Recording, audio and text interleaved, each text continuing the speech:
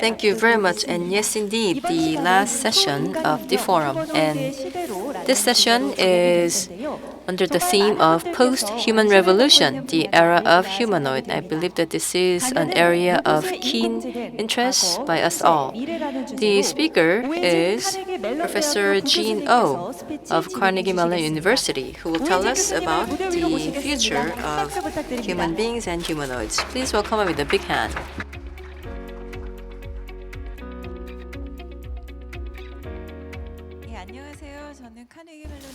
Good afternoon.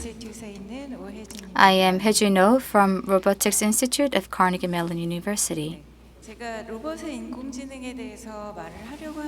I'm going to give a talk on robot intelligence. What is the difference between AI and robot intelligence? I am also going to talk based on my past research findings.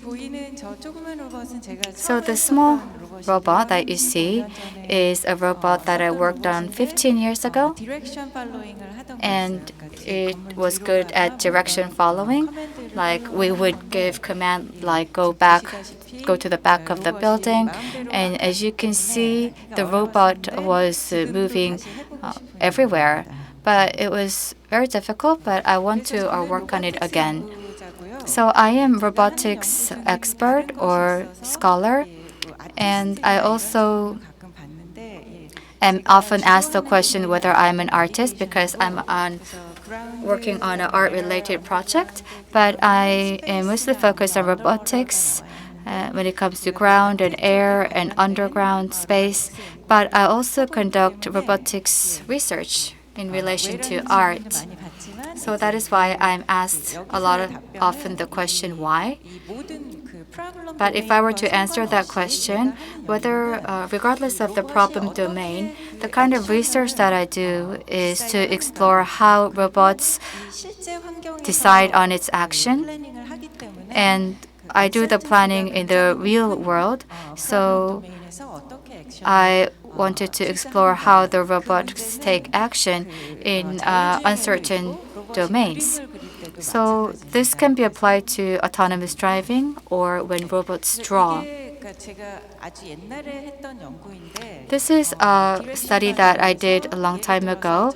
So when it comes to direction following, we would command, for example, navigate to the car that is behind the building. So the information that robot can see through its sensor is this kind of image. So if we ask the same question to a human, it's a very difficult question. But not really. It's a very easy question for people because if you ask that question, then most people would answer the same. For example, we can draw a map on this type of a paper, and then it's a paper seen from above, usually. And what robot sees right now is just the front. But we as humans can see and draw things that are beyond what we see in front. So that goes beyond the command instructions. So we have imagination, and our imaginations are quite similar. We would say 82% of the people would think about the same thing. So we have understanding about what is not seen and what is not sensed. And I conducted a research on this topic and based on the findings developed an algorithm. So although robots can only see the front initially, we wanted to make sure that it sees the back as well. So we conducted a command following research. So this research was done in 2016. It was back in the days when perception level was not very high, so we were very much focused on language-based command so that we can complete the information. So my message here, or my point here, is that the issues faced in the real world or real-time world cannot be only addressed with the information coming from sensors. We need to have an intelligence that can go beyond. So Sense Plan Act is the basic paradigm in robotics. So the information coming from sensor is considered as the biggest input. So when it comes to robotics, SLAM and mapping, all of those are involved with processing sense data. And a lot of studies have been done in that field. And based on those studies, we are seeing the emergence of self-driving sector. But what I would like to share with you is that when addressing complex issues faced by humans, our spatial intelligence should go beyond something that we can sense and touch and see. So spatial intelligence covers a vast realm of senses. So other than going beyond the sensing, we have to have the ability to assume and predict and imagine. Second, I just mentioned about the basic paradigm, but what is excluded here is what we do. In the past, when we say we work on something, the task was very well defined.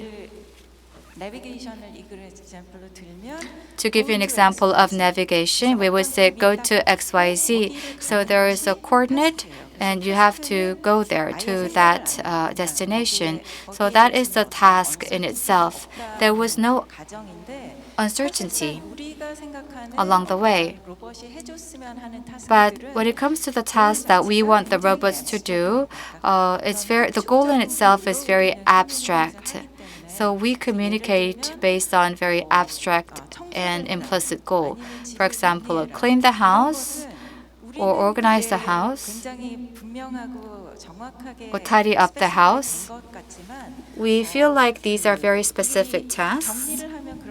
But if you tidy up the house or if you clean the house, how should I do it? The details are omitted there. So how are we going to fill in that gap is an important question that we need to address. So I would like to share with you an example of the robot painting of FRIDA that I work on. FRIDA is an acronym for Framework and Robotics Initiative for Developing Arts. So it is a combination of art with robotics. FRIDA is a painting robot. For example, what would you want to paint or draw with FRIDA? Imagine what you want to draw or paint. I will give you 2 seconds to think about it. And then afterwards, you will have an idea of the kind of image that you want to draw. How are you going to convey that idea to FRIDA? This is same as making a request to other people. For example, we have to make a request to another agent, and when we make that kind of request, we use language. Language is very abstract and also ambiguous, and among the languages, there is the content, text, but there's also tune and sound that could be part of language. And sometimes emotions and feelings are incorporated in a language. So language can include a lot of different elements. Sometimes through a simple drawing, by scribbling something, we can explain your intentions. And at times, when it's difficult to put into words, you can give examples to tell the other person, this is the type of painting or image I want to draw.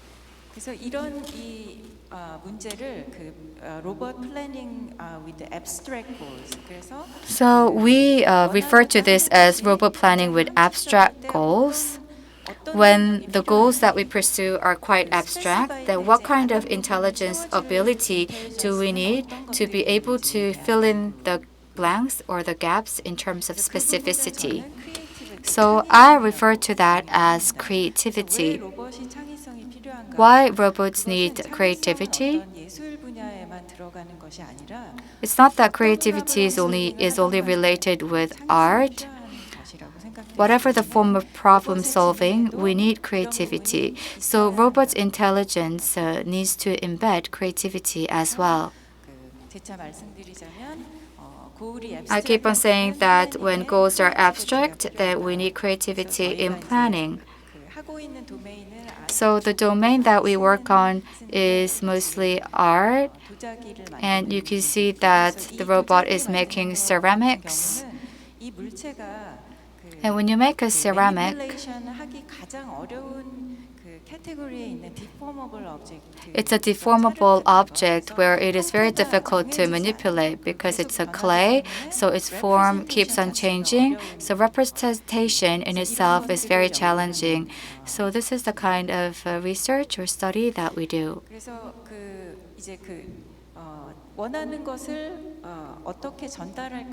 Now, how are we going to convey our instructions or ideas?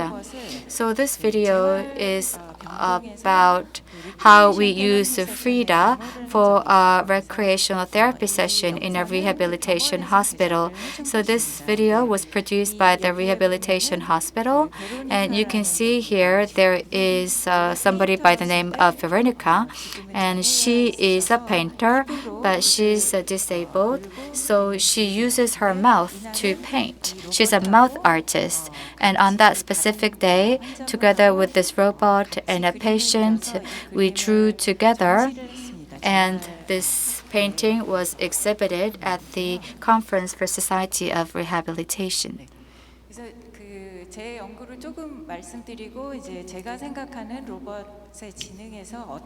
Now, I briefly mentioned about my studies, and I also want to share about the gaps that need to be addressed, things that need to be filled in that we do not see, and how are we going to address the challenges with regards to the abstract goals, and how we need creativity also for robots. Now I'm going to briefly talk about how things are evolving and changing. We are seeing the emergence of a lot of humanoids, and we are often asked the question, how do you foresee the future? There is a Moravec's paradox. This means that what is difficult for humans is easy for machines. What is easy for humans is difficult for machines to do. So this quote dates back to 1987. It was a prediction made back then, which is still valid to this day. So the language issue has been addressed, which I thought would never be resolved in my lifetime. I know that it's a very difficult thing, the language issue, because I've been working on it for a long time, and I thought that it would never be addressed in my lifetime. But so that was that for language, but also image as well. Lots of developments in that space. Inside an image, there are also things that we need to untangle going forward. But if you look at the current generative AI model, it is indeed very powerful and impressive. When it comes to robotics, we see a great number of humanoid companies out there, and even the general public is well aware that robots could one day become a part of everyday lives, and we see a lot of YouTube videos talking about robots or humanoids as well. But when it comes to innovation, I think that we have to focus more on locomotion, especially quadruped and biped robots. They can now walk on their feet, and that is a breakthrough that is comparable to that of language model. So that's quite a good news. And yet, we have room for improvement. It's the hand part. The Andy factor 많이 상용화될 수 있는 좋은 손이 나오지 않는 상태고. The fact is that there are not many hardwares that represent hand very well. And I attended a robotics conference last week, and a lot of robot companies have grown in numbers. So probably the hand issue will also see a lot of development in the near future. 정말 어려운 부분은 이제 But the most difficult aspect is dexterity. It's related with software. No matter we have the hardware hand, how we are going to control that is very important. And I call this hand intelligence. Hand or technology that allows you to use the hands dexterously, that is the brain of all AI technology or robotics technology. 있는 기술로는 With the currently available technology, 사람들이 원하는 무슨 we cannot reach the level of dexterity. 나오기까지 For example, seeing robots cleaning and vacuuming and washing dishes. I think that we may need more time for that to be possible.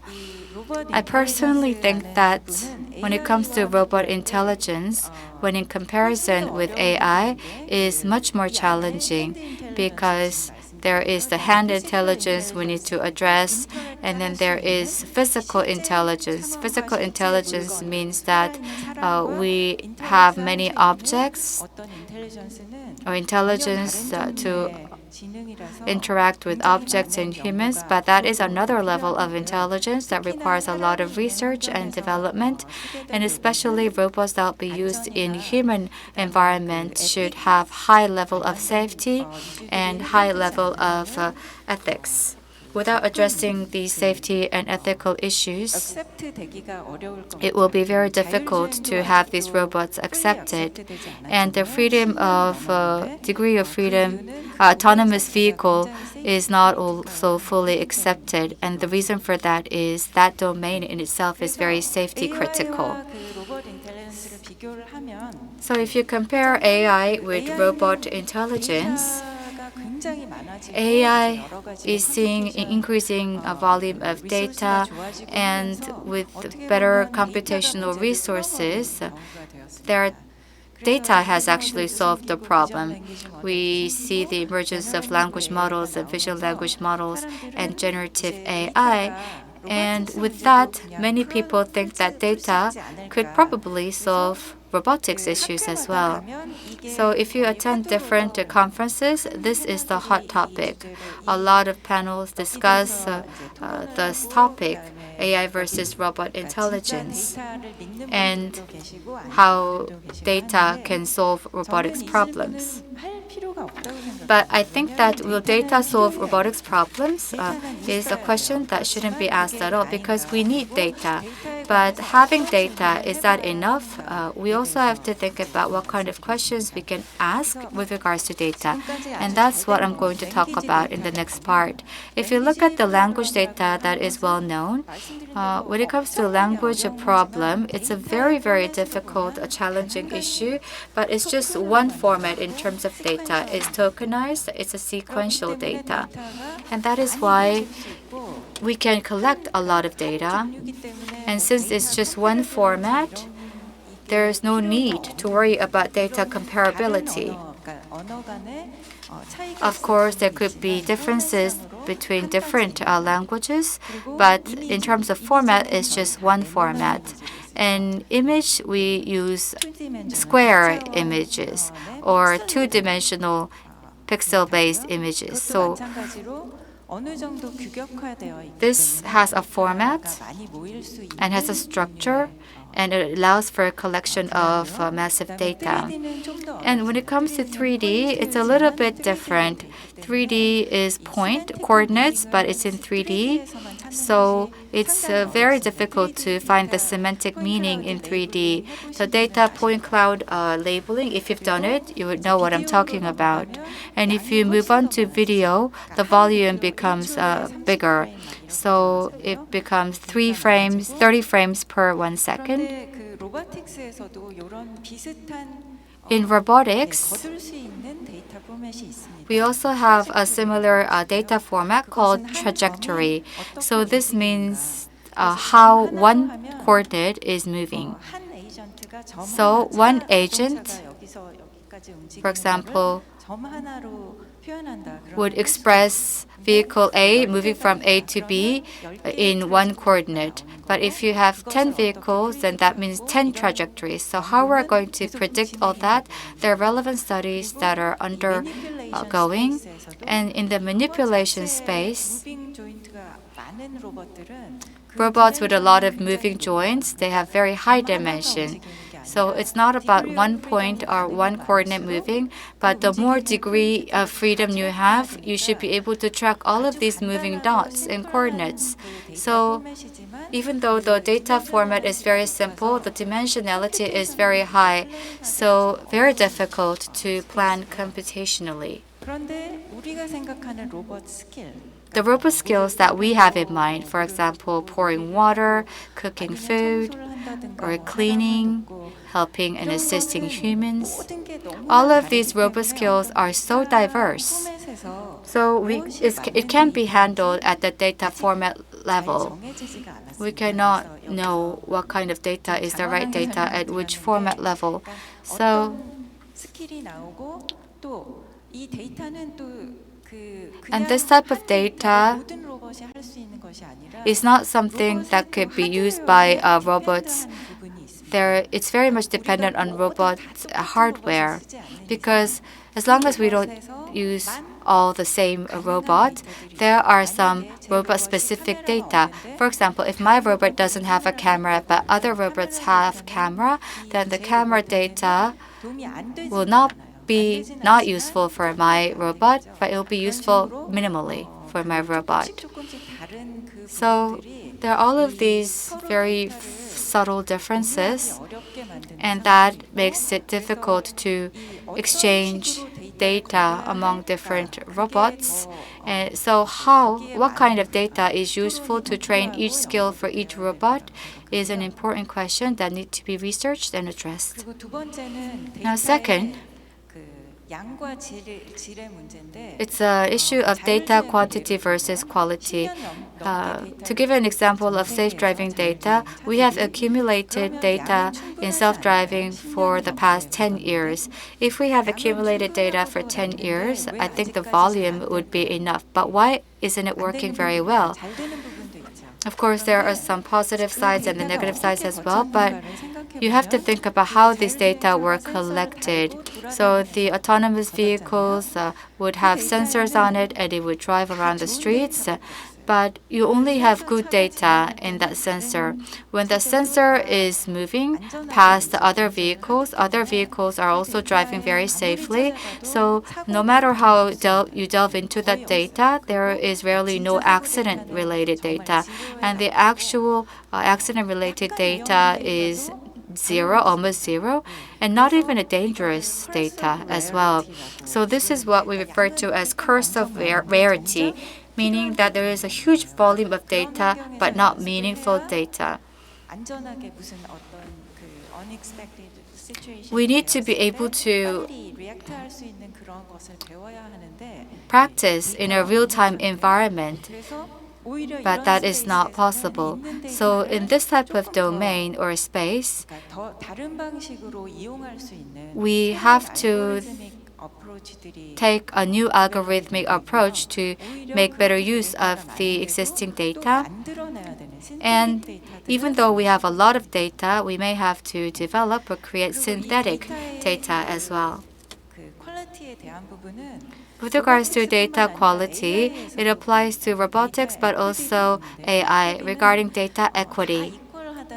Equity means not everything is equal. It's about filling in the gaps. That is the concept. So the images that you're looking at right now are the images of different countries that were generated.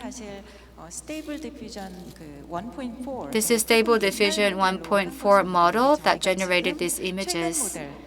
And the recent model is 3.5, and we regenerate the images.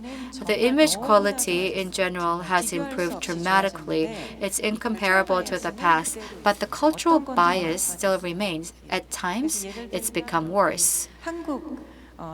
For example, there is a Korean traditional cloth garment, and I think that if Korean sees this, he or she wouldn't like it, because it looks like a kimono of Japan or Chinese traditional clothes.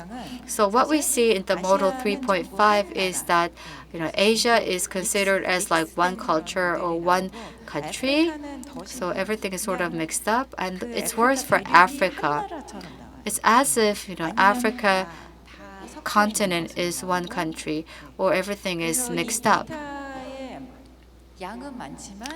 As such, we have huge volume of data, but the content of the quality of that data is something that we have to explore in the robotics area as well. And there are also things that we cannot do using data as well. What we can do with data, we can predict, but data has already gone through one trajectory. So if the data is different from that trajectory, it won't be useful. So we need another field of practice or practice field. But sometimes it's very difficult to practice in the real world, like for self-driving. So there is still a gap between simulation and the real world. So we have to do more research on simulation as well, and a lot of large companies are investing in this field as well. Now, to recap, robotics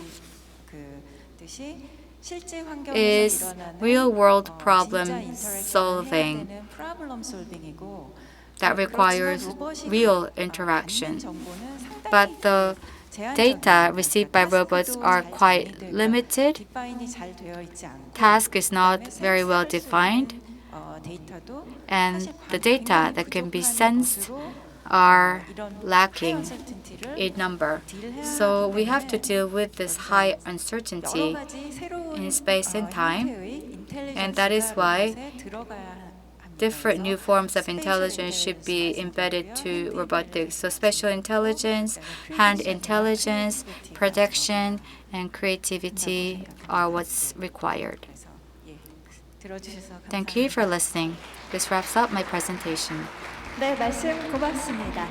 Thank you very much. 진흙을 가진 로봇과의 공존 방안과 로보틱스 분야의 다양한 전문가들의 견해에 So, 교수님들을 that 통해 was 들어볼 수 the 있었던 좋은 시간이었습니다. opportunity to hear insights about various experts and Professor Oh on how to coexist with high intelligence robots. And thank you very much, Professor Oh.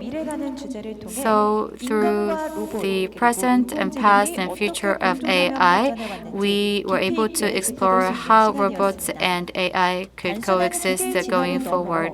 So going beyond the mere evolution of technology, we have to have a close look at the technologies available for us. We're able to identify and confirm that there is an acceleration of technological advancement, and Professor Oh has given us a lot of insight as for the future of the robotics. Now the stage is being set to proceed with the panel discussion. We'll be joined by many experts from the robotics as well as the AI sector to have in-depth discussions. Now we will move on to the last session.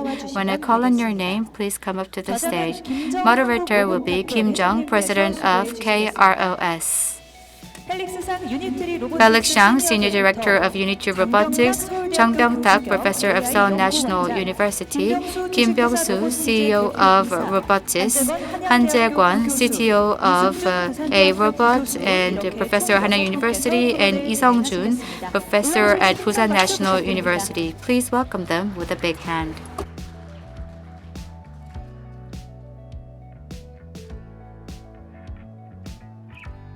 네, 착석해 주시고요. If you could all be seated, thank you. 네, 그럼 저는 And now 김정은 let me 부장님께 hand over 말씀을 to 넘기도록 the 하겠습니다. moderator, President Kim. 안녕하세요. 저 Yes, good afternoon. So I am, yes, president of KROS and also a professor at mechanical engineering at KAIST. So now listening to Professor Oh, I was wondering about what the differences are, and I believe that perhaps in Korea and Japan, the scholars are thinking more about like a humanoid, like the atomic boy or like Mazinga, so more like these human-looking robots. But then now in the U.S. and other countries, then they are thinking more about the interaction. So how are we going to be interactive with these robots and how we can be friendly with these robots? But then now what we have in common is that we are all skeptical about our R&D.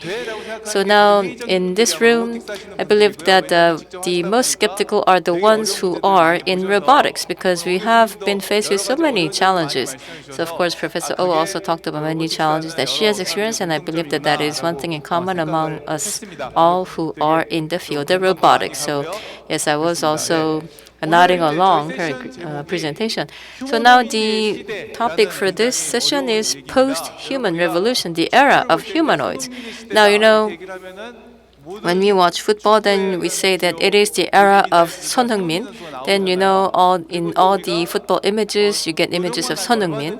And then also, if we try, then we can go see his matches in person. But then now, in the era of the humanoids, then we would be seeing all these humanoids, and will we also be able to see the actions or what the humanoids do? So let us all discuss that here right now. So now we have the experts gathered here. Very hard to collect all these people in one place. So now let me first start out with a common question. And then I will also divvy up the questions by the panelists. Now, this is the first question. Now, the era of humanoids, what do you believe this means? Is this about technological advancement, or is it more about broader acceptability of humanoids into our society, or is it about replacing people, are we turning into machines? And also, one ask from myself is that now in the in the next 5 to 10 years, where can humanoids be used? So could you also make that prediction? And also, if you could also briefly introduce your research on robotics. Now, so then sitting right to my left, we have Dr. Shang from Unitree, so we will start from him. Yes, please. Hello, this is Felix Shang from Unitree Robotics. And for this question, I think humanoid robot is a new technology and also a turning point that human robot will integrating with people's life and will go into every person's life. And we all know, and now the human technology is going fast, and it's bringing many convenience to our people's life. And many people is also open to humanoid robot. And when we first to see the human robot, will feel a little fear because we don't unfamiliar with this robot. But when we know about this robot, we will comfortable with this robot, and to let this robot work for us, and to let this robot live with us. And another thing is that for the next 3 or 5 years, the human robot will go into some factory and to replace people, to do some repetitive job. And in the 5 or 10 years, the human robot will go to household and to do some like a service job and to take care of the elderly person and to do some service in hotel or restaurant or another scenario. So the human robot can do some basic job for people, but not replace people. Okay, that's my answer. 예, Thank you very much. 예, 감사합니다. Thank you 장 very 교수님 much. 한번 So, 말씀해 주시죠. Professor Zhang, 우리나라 AI와 로봇 양쪽에 다 대단한 업적과 또 you have 가능성을 made a lot of accomplishments in AI and robotics as well. So then allow me to speak more from the perspective of the AI because I believe that others will talk more about the hardware aspect. So from the perspective of the AI, then now AI, of course, it's been doing a lot of things well. But now, of course, Professor Oh gave a very good summary, but then so it is handling texts or words or images. So that is what it had been doing so far, and also what the humans deal with. That there are like 5 senses, so no tactile yet, and also the taste or smell. So let's even put them aside. But then now these days we see that the agentic AI, so the AI agent is also developing. So agent is like a robot in the AI world, but then now it's more like the software robots. In other words, it is existing inside the screen, inside the software. So it's like the robot inside the screen. So that is why it is also called the software robot. But then humanoids. Humanoids are the software robots coming out, stepping out to the world, to the physical world, interacting with the world, interacting with us, moving, walking about. So that would be AI in human form. So that would be humanoid. So this would be an extension of AI. Then now, in the physical world, and as the AI does in the computer world, and what are the humanoids going to do in the physical world? So of course, it's never easy to predict the technological advancement, especially in AI. But now, in the past, AI was much more delayed than expected. So to get this far took 70 years. But then now in the beginning, in the 1950s, when it first got started, people thought that like in 1 or 2 years, they're going to have a machine chess champion towering over all humans. But then it actually took 70 years, or actually 47 years, I think. So it got held back. But then now in the past 10 years, when you look at the developments in the past 10 years, and I'm sure that many of you would agree that even the researchers in this field are getting surprised about the acceleration of the development. So now humanoids, especially in China, there are so many different companies with huge investment. So looking at this trend, then the era of the humanoids might be upon us much earlier than we expect. And also how we program robotics has also changed. It's truly a paradigm shift, because in the past we would think about the programs in our head coded to cause the actions or behaviors, so it had a high level of complexity. But then now what we do is we collect data on human behavior, and then we have the AI emulate them. So then we would restructure the trajectory and so forth. So this is like a low intensity training. Or will this all be enough? That is another question. But then, so we have that kind of foundational technologies already. So I do believe that the development is going to be much faster than we expect. Then what would be the applicability? So then where will it be used the most? Well, I would think industrial demand. So I do believe that we need to think about the industrial demand. So thinking about the cost and the performance, then industry will be first. So now, of course, all the researchers here. So you also think about like housework robots. The whole household work robot, cleaning our house and laying the dishes on the table. Something I think we are all dreaming about such house robot. But then now, before that, of course. The CEO senior director from Unitree also mentioned this, but then now for manufacturing or logistics, so harder work, but which can enhance productivity. So I think that is going to be first. All right, thank you. And then now my next question is to CEO Kim. One thing to add is Mr. Kim has been my idol in the field of technology. He's done a lot over the years. So maybe you can briefly share about the history of technology in Korea, relevant technology in Korea. So can you briefly talk about the past 5 years history to give us a little bit of a background?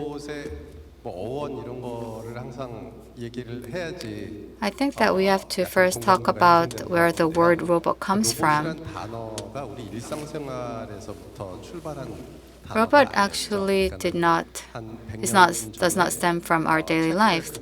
100 years ago, there was a Czech playwright who used the word robota in his play. 공상과학 그런 픽션에서 나왔던 So it's a word that came from fiction 일반인들이 or sci-fi. 기대하는 수치는 영화 So 수준의 a lot of people have high expectations for robots, those that we see in the movies.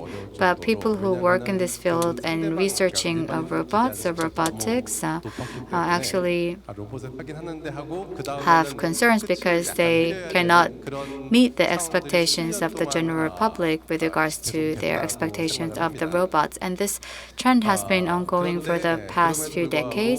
And yet, despite all that, if you visit many factories, there are lots of automated machines, especially robotic arms that are active. And you may think that we will soon enter the era of robots, and robot is indeed having a great, profound impact on our lives.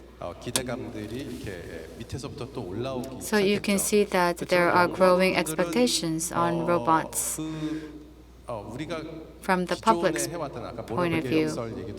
But there was also the Moravec's paradox that was talked about in the previous presentation. So there is a big gap between the general public's perception of robot and the actually developed robots. And the reason for that gap was because there were constraints with regards to positioning control. So I think that the start was a little bit different, and there was slowdown or not much acceleration in terms of robot technology advancement. One of the questions that you asked was whether the robots would be commercialized like the humanoids, and in what areas would humanoids be used. If I could be more specific to give you that answer, we develop actuator and solutions that are embedded in robots. We also work on final products like robots as well. So we supply parts and solutions. So the customers who buy our parts, and we look at what our customers and clients are making with our parts, and we try to have an indirect experience as to what went wrong and what went right on our client's part. And we try to keep a very close eye on the robotic trends. So let me briefly explain about that.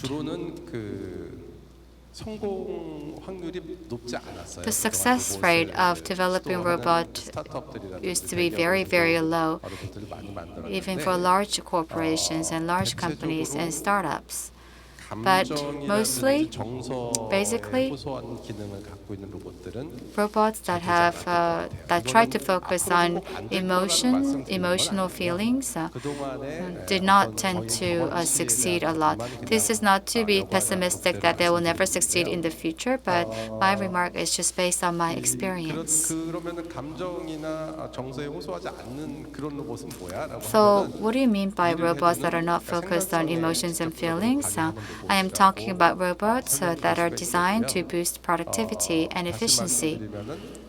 That is to say, robots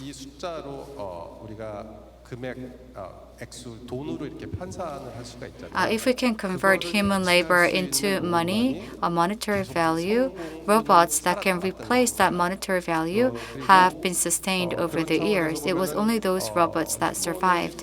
So from that perspective, we can say that humanoids could be a little bit skeptical. Seemingly, or from the outside, we often often say that humanoids are for a general purpose, and yet there are hurdles that we need to get rid of for its commercialization. 뭐 저희의 경험에 비추어서 그냥 말씀을 드리면 So based on my experience, actually we produce about 200,000 actuators per year. 뭐만 개 이상 사가는 데가 없어요. 그러니까는 But there are not many companies that order more than 10,000 actuators. So they buy little by little. And what we observe is that when it comes to humanoids, maybe they are the robots that are more focused on emotions and feelings, but I am not here to say that humanoids are not going to work out well, but I think that we can explore some other forms of robots before we see the full deployment of humanoids. For example, we have lots of expectations for hand robots or arm robots. And I think that these expectations can be met in the near term, in the mid-term, before going fully humanoid. And from the market perspective, there are industrial robots. There are also commercial service providing robots or robots providing expert services, and there are service for home services. But when it comes to industrial robots, I believe that the industry has become more stabilized. It's on par with the existing industry or conventional industry. And the second category, the commercial service providing robots. As for these robots, they are just blooming. There are lots of moves for their commercialization, especially in terms of delivery, logistics, and also ground cleaning, but also tidying up and organizing different things. I think that these are the tasks or areas that could be replaced by robots. But as I said before, the time, input, and the money that's input should be replaced by robots if we are to fully adopt them. So that is why it will take some time for us to fully adopt the humanoids. So first of all, we will experience the upper body part of robots first in our daily lives, rather than the full body, the humanoid form. Yes, so there is an increase in labor cost, so I think what you just said holds a meaning in that regard. And next is Professor Han or CEO Han. So now amongst you, if you have children, then if you tell them that if you saw Dr. Han, then your children would go, wow, so he is very famous and also highly insightful, so I ask for attention. Yes, please. Now, for me, let me look more toward the future. So let's say if those who are born now, they grow up to be adults, then looking back to 2025, what will they say when they grow up? So that is something that I often ask myself. So this is just my own personal thinking, but they might say that, well, that really was a time of change. Then what would they call this period? So then just like the theme of the discussion, so will they call this the era of humanoids? Well, I do specialize in humanoids, but that is not what they might call this era in hindsight. Now, because now then, continuing with Dr. Chang's talk, now I would say that this era is one of AI revolution. Then in this, what is the role of humanoids? And that would be the form factor to realize AI. So it would have a very good fit with humanoid and AI. So I believe that humanoids' role would be first and foremost that, to realize AI capabilities. So then, yes, I did mention the word revolution, but now, industrial revolution, it took place over a long time in a step-by-step manner. So perhaps like across 10, 20 years. But now, from that perspective, if we are to call this the era of the AI revolution, then it is only perhaps we are in the beginning of using the humanoid form factor for AI capabilities. So then if we do move on to the full-scale humanoids, then what would happen is, right now, the one big question on AI is about the sales or the revenue source. So of course, AI is being used here and there, but then we don't really feel anything dramatic. But then if it were to move on to physical AI, then it's like putting wings on AI. So in services, it would create new jobs and even new industries. So then for this form factor, so what we have seen in films, like the human-looking robots, in other words, humanoids, so the form factor, will this only be limited to humanoids? That's not it either. So as Professor Kim has mentioned, so again for this, on a step-by-step basis, we need to keep reducing cost and the labor cost.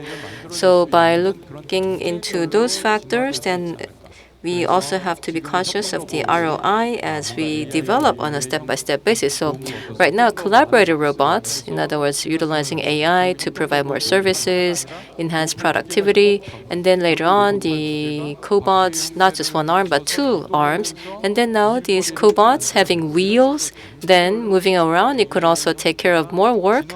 So then this AI, this form factor can continue to evolve all the way to humanoids that we have seen in films. So perhaps that is something that we can see sometime in the future. Then, people of the future, looking back to today, will they call this the era of humanoids? Rather than that, they might call this the era of the AI revolution. In the end, now to generate value add, in other words, for AI to generate value add, then it is definite, it is for certain that AI has to come into our everyday lives so that it can really unleash its exponential or explosive potential. So that means that it has to have a physicality, it needs to have some kind of structure. So we should not be limited to the word humanoids, but then it is more about the services in the physical world that can be delivered by some kind of form factor. Then, based on that, we can also spawn more creative sectors, new fields, new industries. All right, thank you. So if I may also ask one question to Professor Han, then of course in Korea, I think we are thinking first and foremost about the manufacturing, and then what would come next? What would come next? So I believe that you are thinking one step ahead. So then what do you think will come after manufacturing? So I think Dr. Chang also mentioned this, but then medical. Medical is another field because there's such need, such demand. So when I ask everyone, then there's one question where there was no disagreement, and that is caregiving. Caregiving, yes, the tasks are very challenging, also very detailed, but then in terms of demand, then it is the one area where everyone will welcome this. Of course, it also has to be done in a phased manner, so not to be perfect from the very beginning, but then perhaps just to lessen the workload of the human caregivers. So perhaps that's where we can start and then continue to upgrade it. So in medical, healthcare, so here the demand is so strong. Demand is so very strong. So the ROI, I believe that we can get quick ROI because the caregiving cost, the labor cost is really on a sharp rise. So I believe that that is where the market would be. And looking next to that, so after medical, defense is also another possibility. But it's such a sensitive area, so I really have to watch what I say. But still, now I do believe that we need to kind of stoke the fire. So yes, healthcare and defense, so in these special fields. And then moving to the household. So yes, I believe that that should be the phases. Thank you very much for a very good answer to the unprepared question. I have a question for Professor Lee Seung-jun, and we were quite worried about not being able to live up to your expectations like the previous session. So we want to, share a lot of insights. So Professor Yi, can you share your insights as well? I'm in a very weird position, meaning that I have been a consumer of humanoid for a long time, meaning that when we are given tasks or goals, we would examine the models or AI models that were made by others and try to perform the given tasks. So that's the kind of engineering work I did. For the past 5 years, we can say that it was a revolution of humanoids, because I'm sure that you've seen Unitree's humanoid walking in the aisle, in the foyer. But even a few years back, we've never imagined that humanoids would walk on their 2 feet. So it used to be used as a gantry, and it had a crane that was supporting the humanoids, and it was only used for like demonstration purposes. But things have evolved a lot. And in the past, it was difficult for these humanoids to move around everywhere, not to mention performing very complex tasks. But now, hardware-wise and software-wise, we are experiencing a revolution. So in terms of hardware, based on the quadruped robots, we are seeing an innovation, a breakthrough. So as Mr. Kim said, robots would use very hard, like joints-based legs, so the legs would not be flexible enough to respond fast with agility. So the robots would walk very cautiously. But with the new actuators, robots can become very dynamic when it's walking. And that's the kind of humanoid that we're seeing. So there's the quadruped, and we could see quadrupeds walking very well in bumpy areas. And we never thought that humanoids would catch up this fast. And we are seeing a lot of commercial humanoids that have entered the very stable phase. So in the past, we never imagined that humanoids could work without any supporting structure. But nowadays, humanoids can stably move around and walk around. So we want to leverage this in many different ways. Another important discovery was in software. So it's very much related with the reducing speed of actuator. So in the past, we couldn't really use reinforced learning, but we can now do a massive amounts of training and fully leverage reinforced learning. So in the past, these robots that used to only walk on flat terrains, now they can walk on very bumpy and hilly terrains as well. And I also tried to make the robot fall in the foyer, but it wouldn't fall that easily. So I was quite surprised. I tried to tackle it, but it wouldn't fall. So that was the kind of revolution. And the second breakthrough is the AI. LLM, VLM, VLA, all of these new generative AIs have seen a lot of developments. In the past, if we wanted to make a conversation-based system with robots, it was very difficult to implement because we had to recognize or perceive the language and also analyze the patterns and match those patterns. It was a very difficult task. And if what human says is different from the patterns that we predefined, then the robots would not be able to understand and give answers and so forth. But with the rapid development of AI recently, it sort of fully understands what a human says and tries to memorize the context of the conversation to give answers, to respond, and at the same time, make a long-term planning as well based on that language. So software-wise and hardware-wise, we've seen a considerable development, and now we're seeing a robot that can communicate with a human, and a humanoid that can perform more complex tasks. So this is a huge technological breakthrough, and this will help to promote deployment of humanoids for general purposes.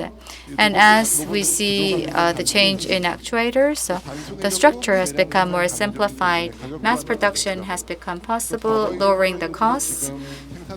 So the humanoid today, compared to the past, would cost 1/10 or 1/20th.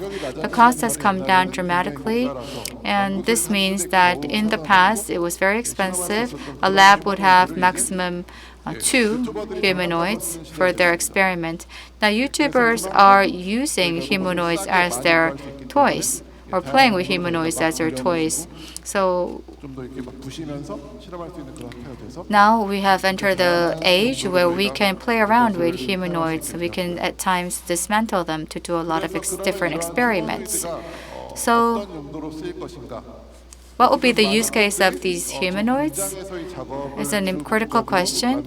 A lot of people are conducting research for factory use. That will become definitely feasible in the future. But there is one prerequisite. It should be cheaper than human. It should create less accident than human. So if the labor cost of robot is much lower, even though it is higher, if it can provide zero accident service, then there's no use. There is no reason for a factory not to use them. But to reach that kind of level, it may require some time. And another use case I'm thinking about is the entertainment sector.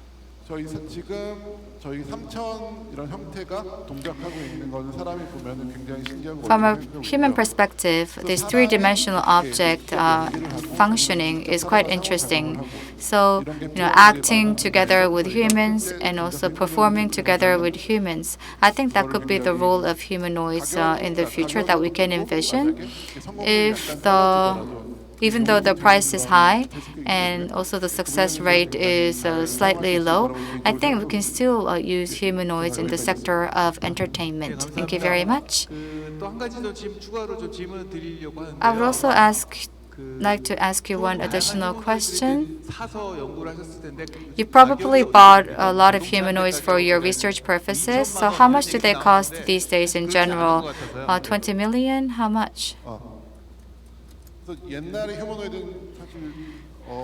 Back in the days, it was quite costly. I'm sure that you've tried building them, so you would know. So as for Hubo, it was about 100 million won. Atlas was about 1.5 million US dollars of Boston Dynamics. They were extremely expensive. But as for the mass-produced humanoids that you see, the one in the foyer is about 10 million Korean won. So I would say it's on average. Actually, also in Korea, we're trying to commercialize soon a robot that's worth tens of millions. What about the ones with the open API? They're more expensive, right? Yes, I believe so, because that is the BM. So the toy is cheap, but for the development ones, it's expensive. Now, I wanted to ask a common question, but I changed my tactic. In the previous session, they talked about generative AI, and one of the things that I really am interested in is the surgical AI, which was very, very successful. So AI is assisting doctors. So people are developing robots to assist nurse, but that didn't succeed because doctors have to continue to say, 10 degrees to the left, 10 degrees to the right, go forward and so forth. So everything should be done by voice command, and it was not easy. But with the emergence of LLM, people thought that that problem could be addressed, and this technology has become the game changer. Now, I would like to ask a question to Mr. Chang and Professor Lee. So then, including generative AI, so the latest AI. So then, could you also define the physical AI? So is this also including the software? And then also for the robotics, then what is the actual advancement that you're seeing? And 중요한 기술 분야가 뭔지에 대해서 좀 말씀해 what are the 주시면 technological areas that 강 교수님 can 부탁드립니다. 예. contribute to its further development? Professor Chang first. Now, first about the physical AI. So when it comes to AI, then it could mean different things. But then now, let's say in the beginning, like there could be like static data or like text or images, and then you input this, and then they can differentiate between dogs or cats. So that is done. So that is resolved. So no matter how complex the input, but then now they can differentiate between not only two. So I think. Let's say if it is like 1,000, 10,000, or even a million, as long as you put in enough data, then it can be done. So then it's like the differentiating AI. So it is done. So it does a very good job. So then the differentiating AI, this is like solving. So picking the right answer out of many different options. But then now another AI is like writing your own. So then in such a case, then it's more like a reconstruction. So now in this case, now it is quite clear so how it is done. So the generative AI seems to be doing so many different things. But then now, technologically speaking, this is, we are just inputting everything that we have seen in the neural network and putting all this data into it. And so this is quite different from the kind of computer storage, but it is a network. So it really is like a brain. And then utilizing the associative function, it would regenerate what it has learned. And then now more recently, now we are also seeing agent AI. So this is about acting, behaving. So it is now becoming closer to robotics. So then, in this case, it's different from supervised or non-supervised learning. So then, in this case, for the physical AI, then it includes actions or behavior. So then that means, so in the AI, the agentic AI is already doing this. So in this case, it's going to be reinforced training.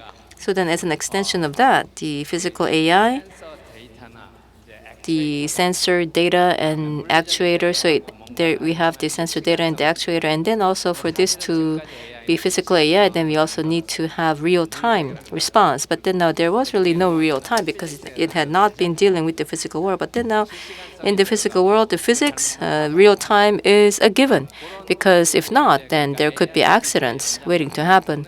So then, as an extension of the AI technology, it is something that has been studied for some time. And so clear-cut humanoids. Now, I believe that about the humanoids, this is just another step in the study into AI.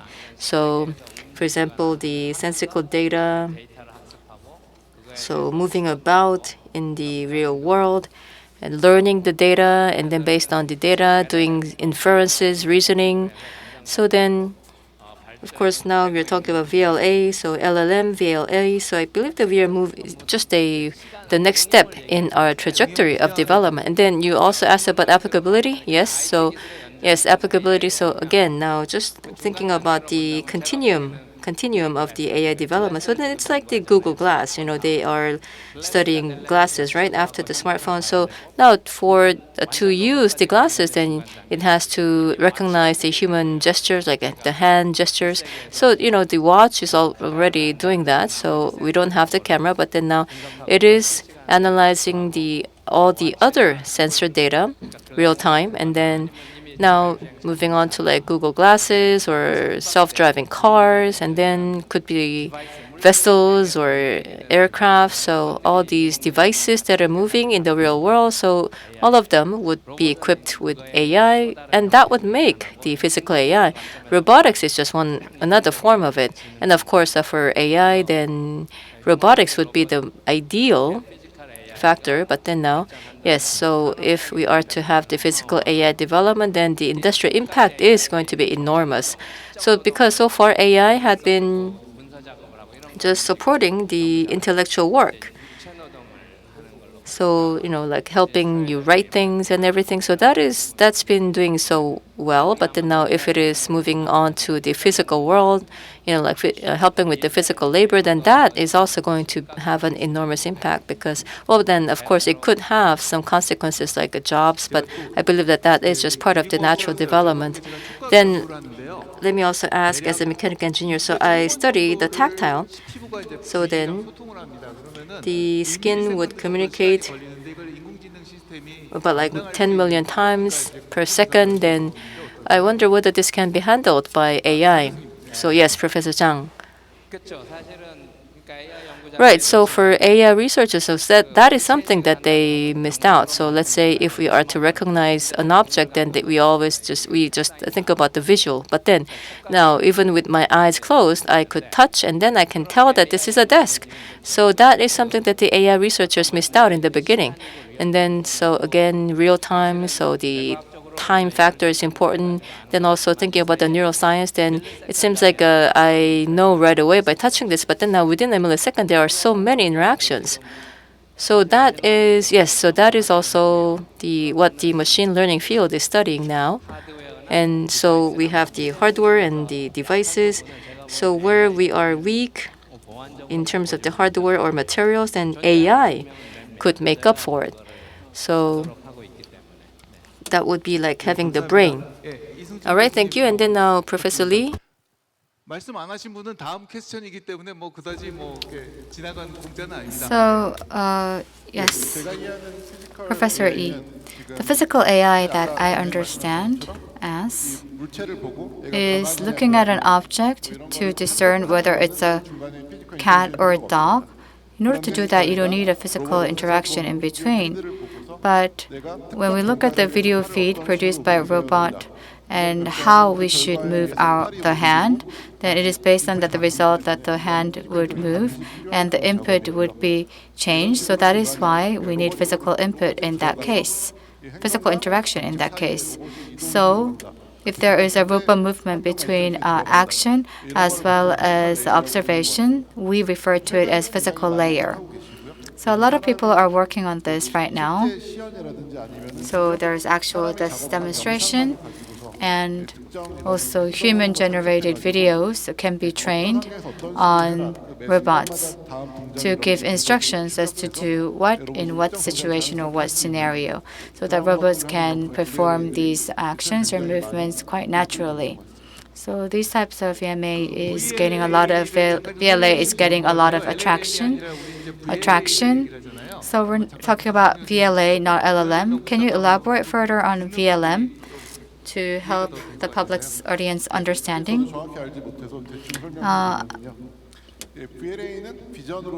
VLA is producing action from vision.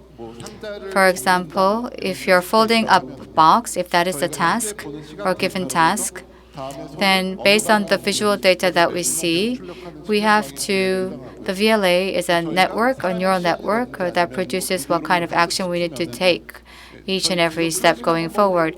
So we can go ahead with the existing training method or approach. So for example, in the factories nowadays, you use ZIGs and they're fixed when using the ZIGs. But even though the initial conditions are different, VLA allows you to perform different types of tasks. So if you look at the video, for example, if you're folding a box, you have to fix the box to be able to fold it right. But now, if you just throw the box to the robot would fold the box with no problem at all. So that's what VLA is about. Next question will be for Dr. Shang. So Unitree is causing a lot of sensations, and I would like to listen to about the goal and the vision of Unitree in the future. And in the US, they are conducting a lot of research on large models. Unitree, you are a competitor, but you're also a colleague working in the same space as the US. So how do you view the US and their companies? And for the Unitree's goal, and we want to let the robotic to into more people's life and to let the people's lives more easier and let the worker do some job very easy. And for now, there are many competitors in this world, and different route for the robotic dog and the humanoid robot.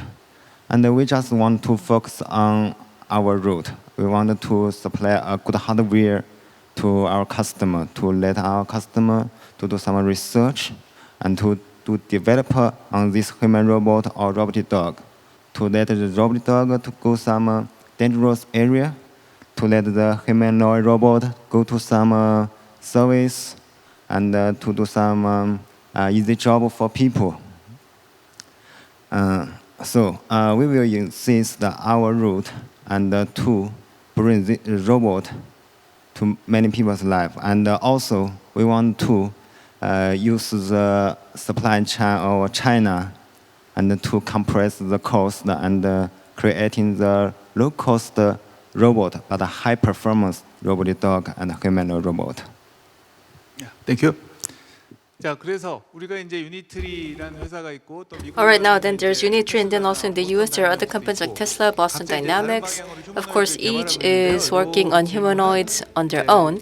Now, this question is to Professor Han and CEO Kim. 미국과 중국이 So then the US and China, so they are running ahead of the pack, perhaps in different direction. Then what about for Korea? What should be the strategic direction for Korea 이름을 또 새겨야 되는지 to also establish our presence here? And also for the government, of course, we need to develop the technological talent and also lay out the industrial ecosystem. So what are the things that the government needs to do to achieve these goals? So then, yes, Professor Kim first. 미국과 중국 Yes, so the US and China, 참 어려운 얘기죠. 어렵고 of course, it's that's a tough story, and especially because we also have someone from China, so he's listening to what I say. So I am thinking about what to say. 오늘 이제 오전에 회의를 Now, this morning I was in a meeting before I came here, 그뭐 라이다 and we were talking about things like LiDAR 곳에서 and 자기 위치나 사보를 also, for the robotics, the sensors that they use to 약간 이제 캘리브레이션 쪽에 identify their position is like sensors like LiDAR, and of course the calibration is always difficult, so we also use like a TOS sensor. It's like the camera that can estimate the gauge. So that's what I know. But then as far as I understand, some of the original companies, now they were all Japanese companies like Sharp, so then we would bring the sensor from them. And then the employees gave me the list, 거의 없는 게 아니라 하나도 and now I see that there are not almost no Japanese companies, but no Japanese companies at all. They were all Chinese companies, so like over 20 listed, all Chinese companies. Now compared to Korea, of course, Korea has manufacturing strength. We also have hardware strength. Still, 그 오버랩 굉장히 많이 되는 거 같아요. well, in that sense, I mean, there is a lot of overlap with China, but now compared to the US, then 존재하지 않았던 now what 그런 그 did not 알고리즘이라든지 exist in the very beginning, like algorithms. So the US is leading the way in innovation, opening up markets and fields that did not exist before, like algorithms. So then the US is the front runner in this field as well. So I believe that collaboration with the US is probably what we need the most urgently. And then the pricing or the cost of the hardware or the components. Now for that, we also need to work together with Chinese companies. So like it or not, that is our reality. So then the platform or the competitiveness of the finished products. So of course, those are the things that we need, the platform and the competitiveness of the finished robotics. So then in the field of robotics, that is what we need, as well as in other manufacturing sectors. And then now the government recently came up with an alliance called K-Humanoid, including all the companies in the field of humanoids, including components and services. So the government has created this alliance to provide support. That could be one very good way of moving forward, but I do believe that we need to scale this out to the world globally. So meaning that we need to create global networks, because many of the developers and companies are scattered all around the world. So we also need to leverage that. By doing that, we can also put a bigger shine to K. 예, 한 대표님 부탁드립니다. Thank you. And then yes, Dr. Han. 저희 우리나라 얘기를 하게 되면 Right. So whenever I talk about Korea, I always start out with a big sigh. What are we going to do? Because, in the US, every morning it seems like they come up with new things. And China, in terms of performance, we are like, wow, that's possible. But now in Korea, we are like, oh, nothing's happening here. So then, are we really done? I mean, aren't we finished already? So many are already thinking this. I have a lot of people who are thinking this already, but I believe that we need to be more level-headed about what we have. Level-headed, meaning not to be too positive and not to be too negative either. So yes, as Mr. Kim has mentioned, Korea was and is a manufacturing powerhouse, meaning that Korea has so many use cases. Now, humanoids. Let's say if I am producing humanoids in the US, then yes, of course, that there could be a lot of very good researchers, so perhaps I could do a better job. But then, where am I going to use it for? Then I would also have to look for places to use it, so that would be hard. But in Korea, let's say you come up with a robotic, and then where do I use it? Then there are so many. You can find so many use cases, meaning that the best advantage that Korea has is that there are so many and varied use cases, meaning that there is a market already for this robotics, so we can really utilize the existence of this market. Then what we can do is really demonstrate the real value, meaning that we can generate value add. So I believe that we actually have more opportunities to do so. On top of that, now building an ecosystem, of course, the cost competitiveness might be lesser than China, true, but then thinking about the ecosystem, then we already have such a sizable ecosystem already. So of course, we have the semiconductors. So we also have many good semiconductor startups, and then also we have a lot of battery companies, and also the company like Robotis. I mean, they have been in actuator business for so long, so holding on to the number one position for so long, and they also have the talent. We also have the human resources to back them all up. So we also won the DARPA Robot Challenge in recent years. So this is something that does not happen overnight. So let's rally together again. And when we think it's late, it might not be too late. So inside our nation, we need to create a market, and it's time for us to start challenging innovative work. It's just that we are not making up our mind. But if we do, once we make up our mind, then really there's no time to lose, and there's no time to look around. We need to start running. So then all of us are members of the K humanoid. So not just us, but then also there are so many others, like there are 40 organizations, companies and organizations.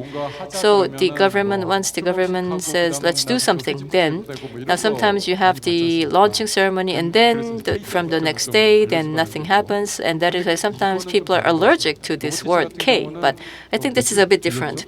Robotis, when was it? Like a few days ago, you also announced collaboration with CJ Logistics. You signed an MOU, so you are connecting the activities elsewhere. So I can see that, and also from our case as well, the Hyundai Mipo shipyard. So we are also looking into applicability use cases. So we can find those use cases. We can start out with our challenge, and I believe that would give hope to us all. So I believe hope begins from people. We are such people, and that is why we make ships, we make semiconductors, we make smartphones. So we produce everything, don't we? So where our predecessors succeeded, we can also succeed. 그런데 여기서 이제 정부의 But 역할이 now, 있는데 of course, the government's role will be very important at this point. So for the government, I believe that the government's role is most important than ever before. So again, I mentioned that K Humanoid is there, led by the Ministry of Commerce, and so yes, that is what the government should do. It should continue to scale it up. And again, we need to put a shiner gloss on K, meaning that we need to have global presence too. Now, K-pop was successful because it held concerts, performances not only inside Korea but also outside of Korea. That is how it was so successful. So we need to continue to create interface with the U.S., but not only the U.S. but also Japan, China, other countries. So of course, individual businesses will be overwhelmed in doing all that. So it's up to the government to create these opportunities. But what is also more important is that, the foundation model. So I have been using the foundation model, and now this is something that happened recently. But then the GPU is like melting down. So the monthly GPU usage is truly tremendous. So let's say you need to put something on the field, so then you need to fine-tune it. So then for the low foundation model, we would also input the field data, and then we need to do the fine-tuning, and you need to retrain this. And at that time, the GPU consumption is really beyond your imagination.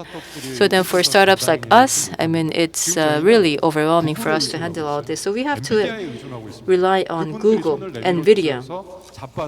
So they stretched out their hands for help, and we grabbed them, and now we are barely training our models. But this should not be continuing. So I believe the government should lay the infrastructure. We have the Gyeongbu Highway, so Seoul-Busan Highway, which made export possible, and that is how Korea was able to succeed industrially.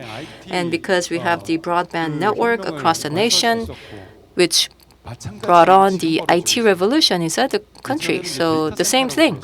So we used to call it data centers, but data centers, I believe that it is going to be the word of the past. So recently, Jensen Huang said at Computech, a data center is an old word. Now we have to call it AI factory, because it's not just having one data center building, but then to run the data center, then it also needs its own ecosystem. So for example, the power network, how are you going to supply power? What are you going to do about the communication? And about the data, how are you going to run the GPUs? So how are you going to run them? And also how are you going to develop the companies to do all this? So we need to create an AI factory. So, and then he says that that will be done in Taiwan, meaning that NVIDIA's headquarters will be moved to Taiwan, is what he said. And then also this will be done together with the Taiwanese government. But for us, to put in one robotic into the field, such enormous GPU consumption, and who is going to handle this? We need to discuss that. Who is going to do this? All the businesses? So GPU one would cost like millions of won, and then now for this company to buy 10 GPUs, then it is going to be so costly. So again, infrastructure. We need to have the infrastructure business led by the government, not just data centers like such small scale, but then we also have to think about AI factories, larger scale. So that is what the government has to do. Then we can also build the humanoids, AI humanoids that can be put on the field. So we need to lay the groundwork for that, and that should be done by the government. And that is why the government's role is more important than ever before. Thank you. I wanted to ask you what is required what is needed for a robot startup, and the cost of using GPUs for data center is very costly. So I think that has become a game changer for our roles. So there is the training software and the inference software, but the training software requires a lot of power, NVIDIA power. And DeepSeek is more the inference software. But it seems like a lot of capital is required for training. The GPU becomes overheated at times. I think that Professor Lee Seung-jun is the youngest of all the panelists here. So I think that if we look at other countries, there are many, many young, very talented researchers like you. So how can we make young, promising researchers to become prominent researchers, and what kind of help do they need? Sorry for that improvised question. I am not very young. I lack experience. I'm a little bit chubby, so my wrinkles are not very visible. So how can we bring in more young researchers into the field of robotics? First, we need support from the government. We need money. And just like what Mr. Shang said, when we are building a robot startup, we have to give the image to the young researchers or young people that if you work in robotics, it's very cool. You can make money. So maybe Professor Han and Mr. Kim, if you can actually show a good role model in the robotics, I think that the young people will naturally follow.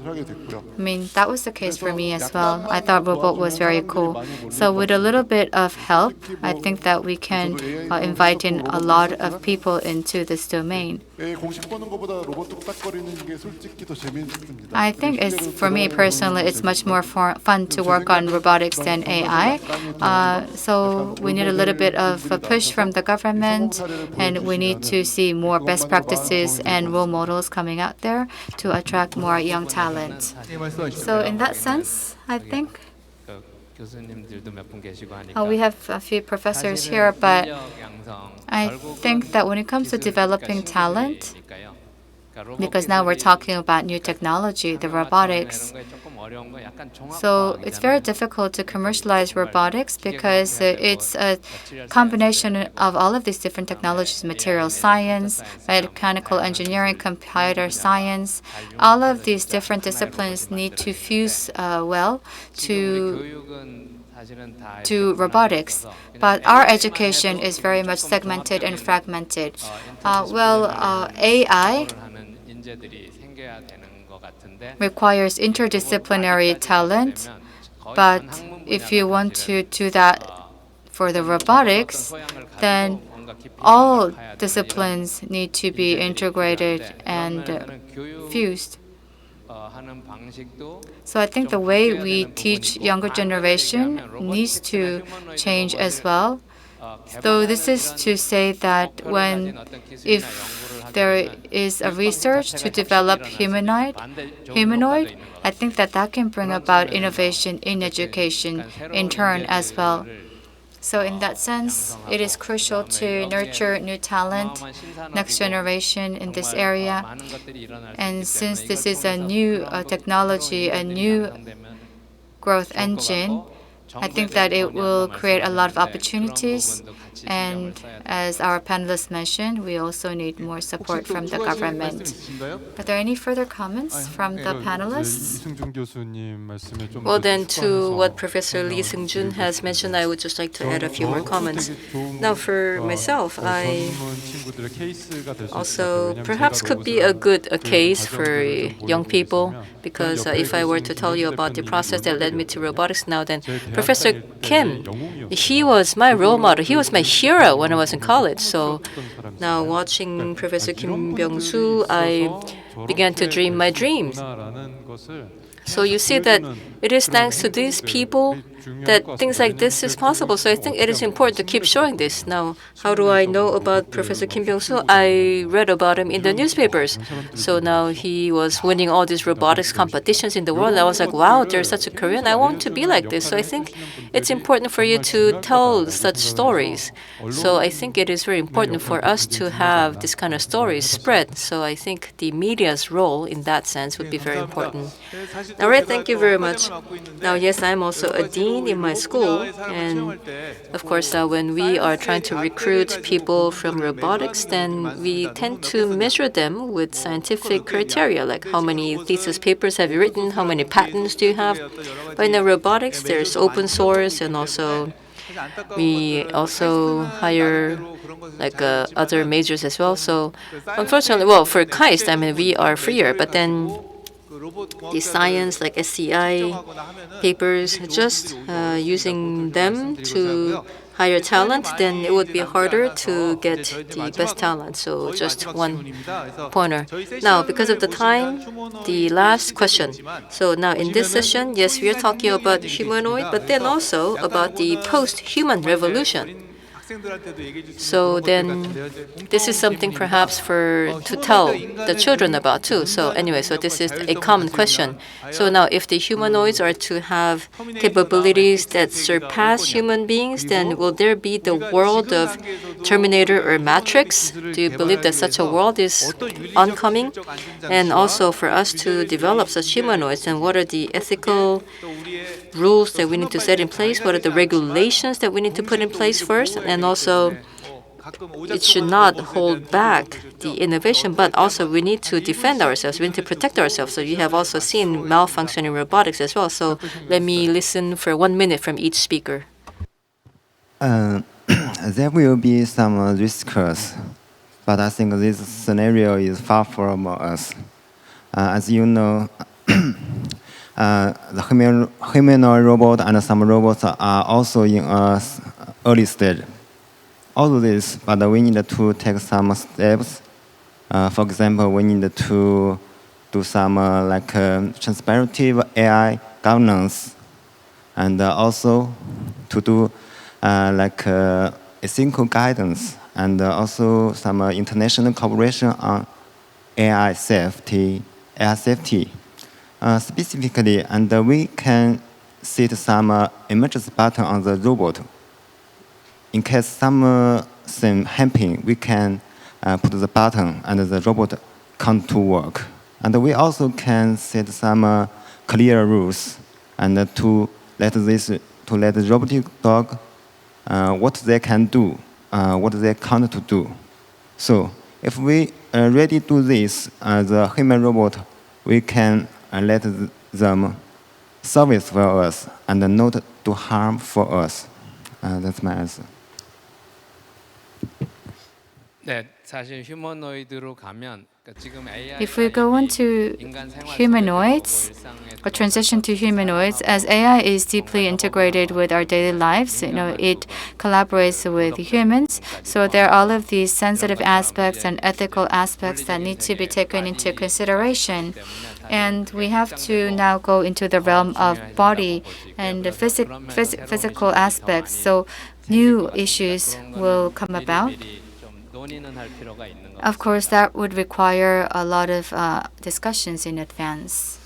윤리와 So ethics and 법과 제도 이런 것들 laws and regulations, yes, of course, they are really 그냥 마무리하는 grave matters. But then now, 그 as a way of closing, 로봇 갖고 then now 배송 서비스를 robotics. 이번에 시작을 했어요. Now they are starting robotics delivery recently. So now then for this, now if I may just raise my ask for you, then don't fight with robots after drinking, please. 로봇이 빨간 버튼이 있는데 And also on top of the robot, 로봇 쓴 다음에 안 now 움직이면 there is a red button. So 할 if you 수밖에 press 없어요. the button and leave, the robot cannot move. That's by law. So that's an e-stop button, meaning emergency button.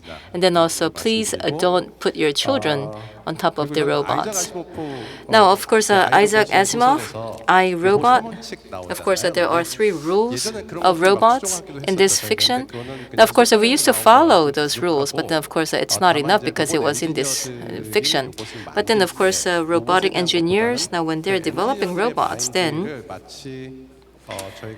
so for the engineering mindset, like for example, when the doctors first enter the med school, then they also have to make the Hippocratic oath. So perhaps for the robotic engineering, perhaps they also need to receive education like that, because one person's capability could become quite powerful, so much so that it could be like a nuclear weapon.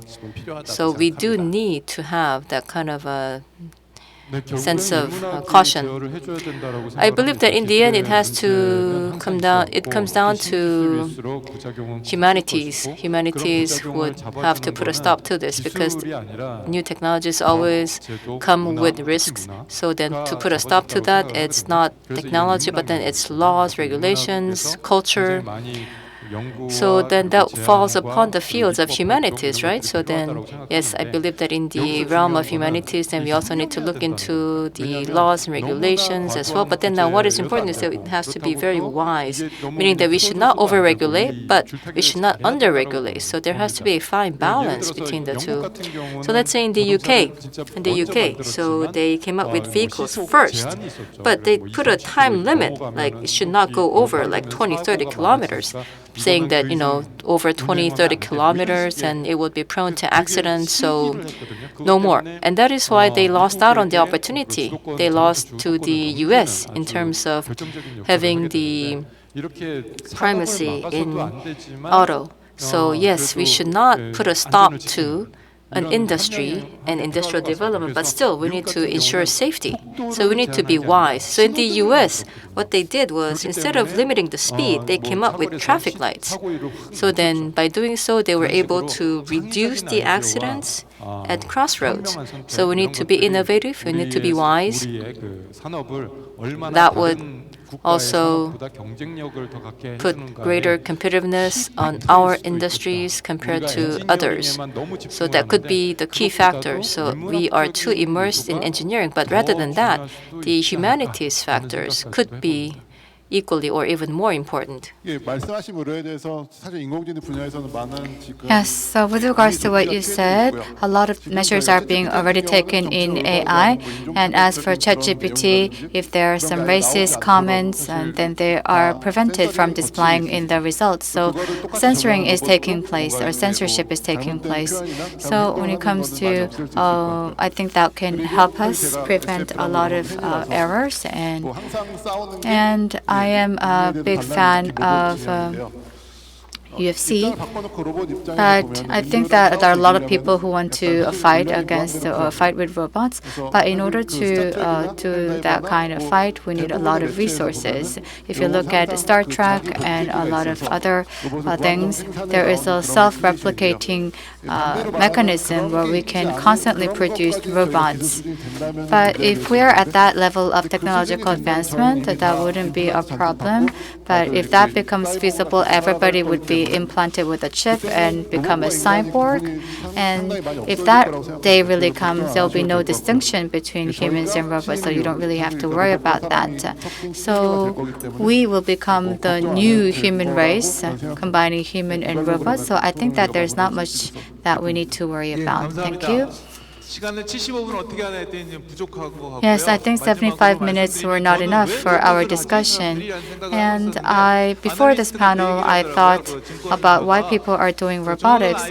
And one of the analysts said that the new generation devices would not have display and would embed a lot of sensors. And I thought that that is the robot that we're talking about. So after laptop and smartphone, the next stage it would be robots. And I thought that robots, it will be the next thing. So in 2027, maybe we can all gather together to see whether our forecast and prediction were right. So thank you very much, panelists. And thank you everyone for joining us for this session. Thank you our 5 panelists and moderator for taking part in this discussion. So this wraps all the main sessions of the Seoul Forum 2025.